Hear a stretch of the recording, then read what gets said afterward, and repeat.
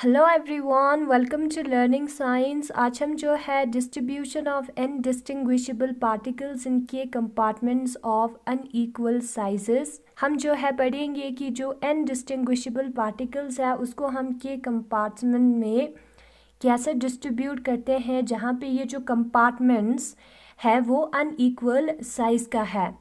Consider a large number of box of area A. हम एक box को consider करेंगे जिसका एरिया जो है वो ए होगा, divided into k compartments of areas A1, A2, A3, AK as shown in figure 5A।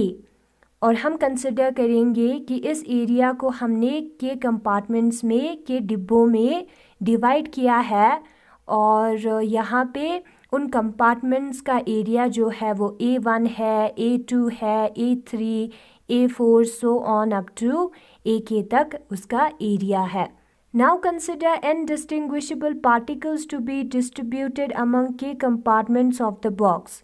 और उसके बाद हम कंसिडर करेंगे कि जो n डिस्टिंग्विशेबल पार्टिकल्स है, n पार्टिकल्स है जिसको हम डिस्टिंग्विश कर सकते हैं, यानी कि A, B, C, D so on up to n तक है, उसको हमें के कंपार्टमेंट्स में डिवाइड करना है, बॉक्स के इन कंपार्टमेंट्स में डिवाइड करना है।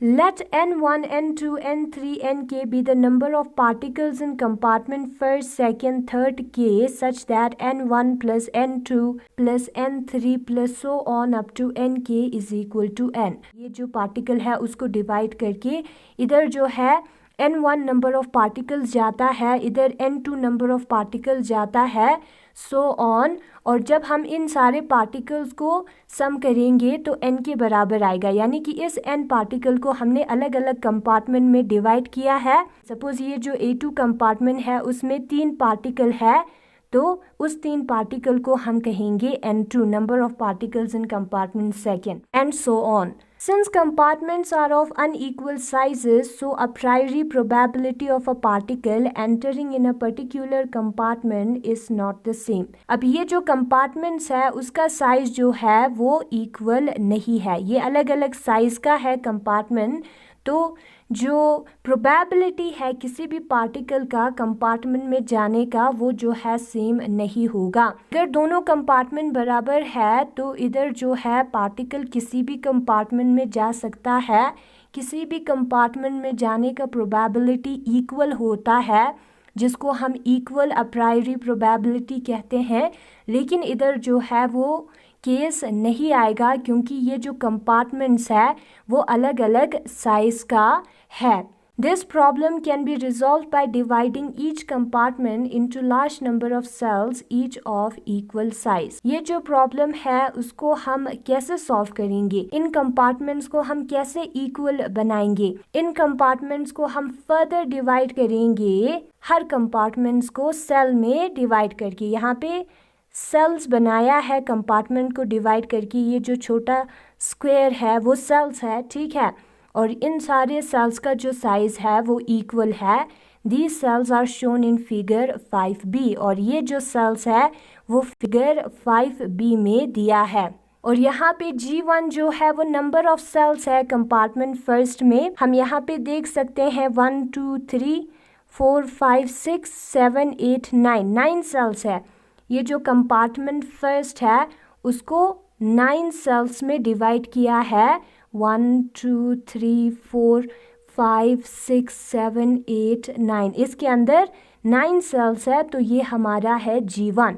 एंड उसी तरीके से इस कंपार्टमेंट को 1 2 3 4 5 6 7 8, G3 जो है वो 8 है, 3 सेल्स में डिवाइड किया है, ठीक है। तो G1 जो है वो नंबर ऑफ सेल्स होगा कंपार्टमेंट फर्स्ट में, G2 जो है वो नंबर ऑफ सेल्स होगा कंपार्टमेंट सेकेंड में, and so on. Let G1, G2, G3, Gk be the number of cells in compartment first, second, third k respectively। तो वही यहाँ पे लिखा है, G1 जो है वो नंबर ऑफ सेल्स है कंपार्टमेंट फर्स्ट में, G2 जो है वो नंबर ऑफ सेल्स है कंपार्टमेंट सेकेंड में, एंड उसी तरीके से Gk जो है वो नंबर ऑफ सेल्स है कंपार्टमेंट K में. A particle in a compartment may go into any cell of the compartment with equal probability. जो पार्टिकल है एक कंपार्टमेंट में, वो जो है उस कंपार्टमेंट के किसी भी सेल में जा सकता है. ये हमारा कंपार्टमेंट फर्स्ट है. इसके अंदर एक पार्टिकल है, ठीक है, इसके अंदर एक पार्टिकल है. नाउ अगर हम इस कंपार्टमेंट को सेल्स में डिवाइड करेंगे तो ये जो पार्टिकल है वो किसी भी सेल में जा सकता है, इस वाले सेल में या इस वाले सेल में या इस वाले सेल में. उसकी प्रोबेबिलिटी इक्वल होगी क्योंकि ये जो सेल का साइज है वो इक्वल है. Therefore, the cell can assume to have equal a priori probability. इसलिए हम मानते हैं कि जो सेल है उसका equal a priori probability है, यानी कि पार्टिकल जो है वो किसी भी सेल में जा सकता है. Let us assume there is no restriction on the number of particles that can be accommodated in a cell. और जो particles, number of particles है किसी सेल में, उस पर कोई restriction नहीं है. फर्मी डायरेक्ट स्टैटिस्टिक्स अगर हम करते तो यहाँ पे एक ही पार्टिकल एक ही सेल में हो सकता है, लेकिन यहाँ पे एक सेल में कोई भी नंबर ऑफ पार्टिकल जो है वो हो सकता है, उस पर कोई भी रिस्ट्रिक्शन नहीं है. Let number of particles in compartment first be n1. हम कंसिडर करेंगे जो कंपार्टमेंट फर्स्ट है उसके अंदर जो नंबर ऑफ पार्टिकल्स है वो n1 है, पहले भी हमने कंसिडर किया था. The first particle out of n1 particle can go into any of the g1 cells of the compartment first. और ये जो कंपार्टमेंट फर्स्ट है, ये हमारा कंपार्टमेंट फर्स्ट है, उधर क्या होगा, जो फर्स्ट ऑफ n1 पार्टिकल्स है. First of n1 particles means हमारे पास कितने नंबर ऑफ पार्टिकल्स है, n1 नंबर ऑफ पार्टिकल्स है, यानी कि 1 2 3 सो ऑन अप टू n1 करके, ठीक है. तो ये जो फर्स्ट पार्टिकल है आउट ऑफ n1 पार्टिकल्स में, वो जो है ये जो कंपार्टमेंट है उसको हमने सेल में डिवाइड किया है, उन सेल में से किसी भी सेल में जा सकता है. Therefore, the first particle can be arranged in G1 ways in G1 cells of compartment first. तो ये जो फर्स्ट पार्टिकल है उसको हम G1 वेस में अरेंज कर सकते हैं. G1 क्या है, नंबर ऑफ सेल्स है. यहाँ पे कितने नंबर ऑफ सेल्स है, 1 2 3 4 5 6 7 8 9 9 सेल्स है ना. तो 9 वेज है जिसमें ये पार्टिकल जा सकता है. सबसे पहले तो ये इस वाले हिस्से में जाएगा, बाकी सारे खाली होगी, ठीक है. ये जो पार्टिकल फर्स्ट है वो यहाँ पे प्रेजेंट होगा, या वो यहाँ पे प्रेजेंट होगा पार्टिकल फर्स्ट, या वो यहाँ पे प्रेजेंट होगा. तो 9 वेज है. हमारे पास जो नंबर ऑफ सेल्स है यहाँ पर वो है G1. तो G1 वेज में जो पार्टिकल है उसको हम अरेंज कर सकते हैं फर्स्ट पार्टिकल को कंपार्टमेंट फर्स्ट में. Similarly the second particle can also be arrange in G1 ways in G1 cells of the compartment first. और उसी तरीके से ये जो सेकेंड पार्टिकल है वो भी G1 वेज में अरेंज्ड होगा, ठीक है. Since each particle in the compartment first has equal a priori probability of occupying any of G1 cells, therefore the total number of ways first to particle in compartment first can be arranged in G1 cells of compartment first is equal to G1 into G1 का square. जो हर particle है compartment first में उसकी equal probability है वो G1 sales में से किसी भी सेल में जा सकता है, जितने भी पार्टिकल्स है. According to this data n1 number of particles है कंपार्टमेंट फर्स्ट में 1 2 3 4 सो ऑन अप टू n1 करके. तो ये जितने भी पार्टिकल्स है वो G1 वेस में अरेंज हो सकता है. सारों की प्रोबेबिलिटी जो है वो इक्वल है, इसलिए जो टोटल नंबर ऑफ वेस होगा ये जो दो पार्टिकल्स है उसको अरेंज करने का कंपार्टमेंट फर्स्ट में G1 cells of compartment first के जो G1 सेल्स है, ये नंबर ऑफ सेल्स है G1, ठीक है. वो जो है G1 होगा, हमने पहले निकाला था, फर्स्ट पार्टिकल का G1 आता है, सेकेंड पार्टिकल का भी G1 आता है, तो हो जाएगा G1 का स्क्वायर, ठीक है. Hence, total number of Weiss N1 particles in compartment first can be arranged in G1 cells of the compartment first is G1 power N1. ये 2 particles के लिए है, जहाँ पे G1 जो है वो number of cells है. तो अगर हमें N1 particles का निकालना है तो G1 power N1 आएगा. ठीक है. Similarly, total number of Weiss N2 particles in compartment first can be arranged in G2 cells of the compartment second is G2 power N2. उसी तरीके से जो compartment second है उधर N2 particles होता है. ठीक है. और ये जो N2 particles है उसको G2 number of cells में डिवाइड किया है. इसके अंदर नंबर ऑफ सेल्स जो है वो G2 है और पार्टिकल्स जो है वो N2 है. तो नंबर ऑफ वेस कितना होगा? नंबर ऑफ वेस कितना होगा? G2 power N2. यही जो सिमिलर फॉर्मूला है वो हमने यहाँ पे अप्लाई किया है, लेकिन यहाँ पे नंबर ऑफ पार्टिकल्स और नंबर ऑफ सेल्स जो है वो डिफरेंट होगा क्योंकि कंपार्टमेंट का साइज जो है वो डिफरेंट है.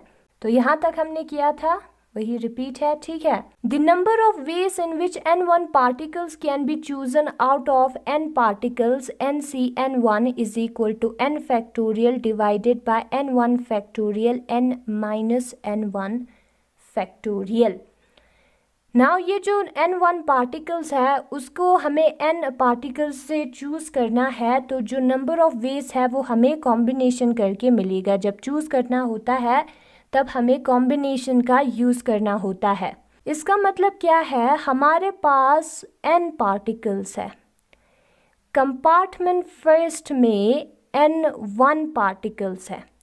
ये N पार्टिकल्स में से N1 पार्टिकल्स यूं ही तो नहीं आएगा, इसमें से हमें चूज़ करना होगा, है ना. ये जो number total number of particles है उसमें से चूज़ करके हमें N1 पार्टिकल्स मिला है, तो इसलिए हमने कॉम्बिनेशन का यूज़ किया है.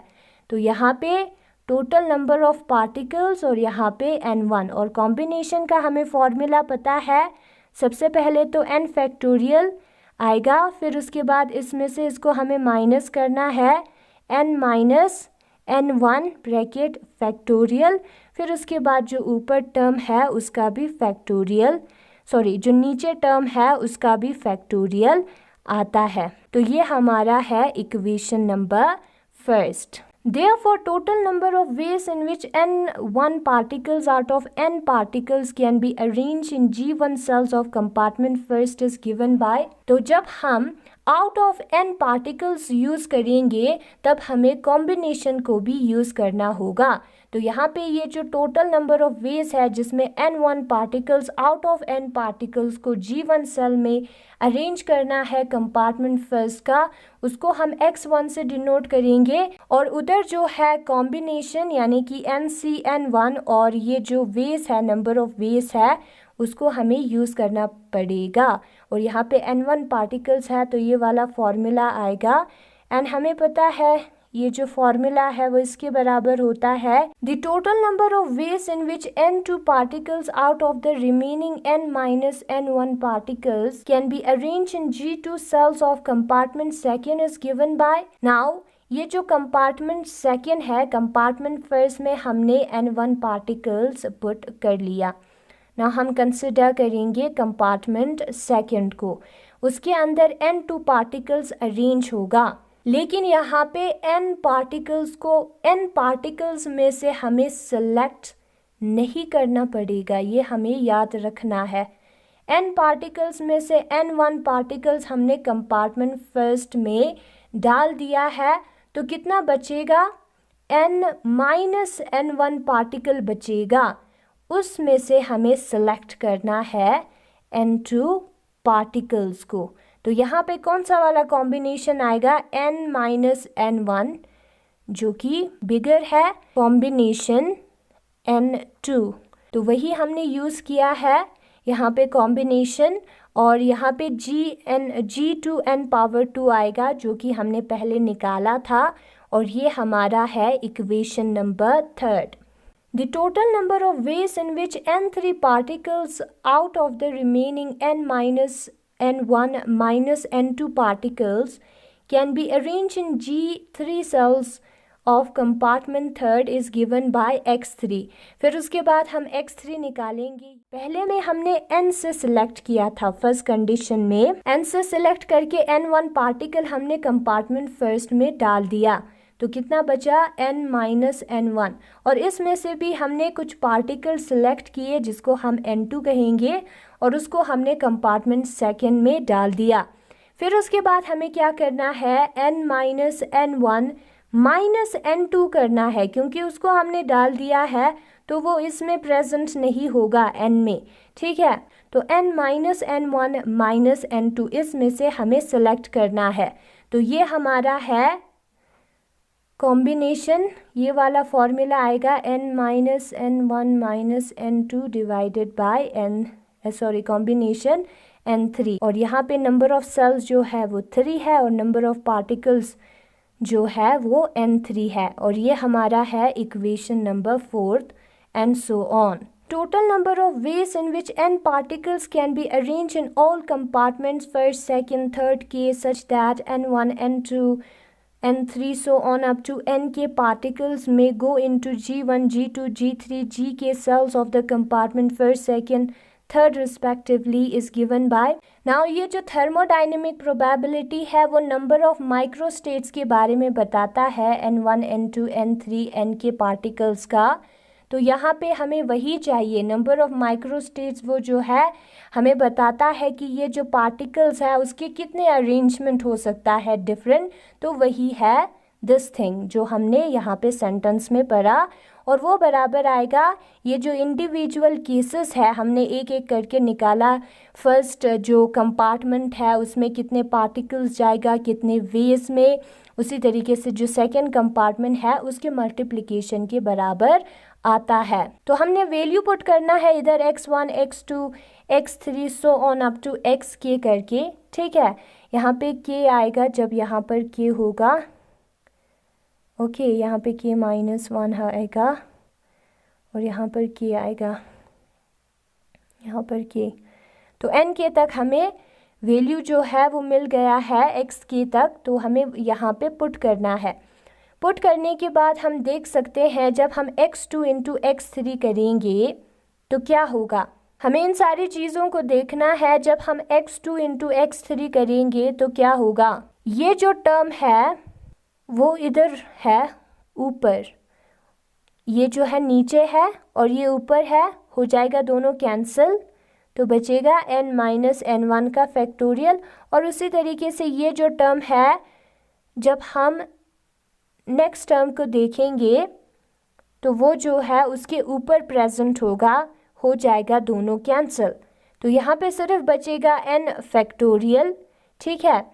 और ये सारे टर्म्स जो है वो कैंसिल नहीं हो रहा है, तो उनका फैक्टोरियल हमें लिखना है, n1 का फैक्टोरियल, n2 का फैक्टोरियल, n3 का factorial, so on up to nk का फैक्टोरियल।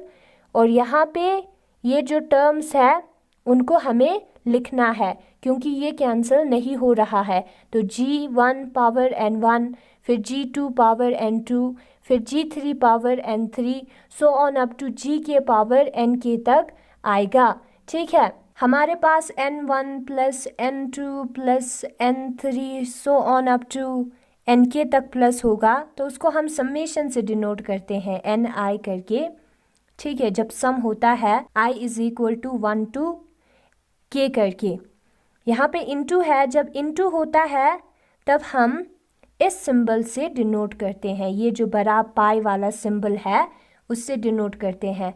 और इस टर्म को भी यहाँ पे हमने इस सिंबल से डिनोट किया है, बाकी सारी चीज़ें सेम है। तो हम पहुँचे थे यहाँ तक, ठीक है। और w जो है वो इस टर्म के बराबर होगा एंड n फैक्टोरियल को हमने बाहर निकाला है कॉमन, gi अपॉन ni इस टर्म को हम लिख सकते हैं, है ना। इन दोनों को साथ में लिखा है और यहाँ पे सिंबल भी डाला है, और उसको हम कंसिडर करेंगे equation number 5th, which represents the total number of microstates in the macrostate this। और ये हमारा माइक्रोस्टेट्स है, हमें पता है, तो ये जो है रिप्रेजेंट करता है total number of microstates macrostate इसमें, that is Equation fifth represents thermodynamic probability of the macro state this.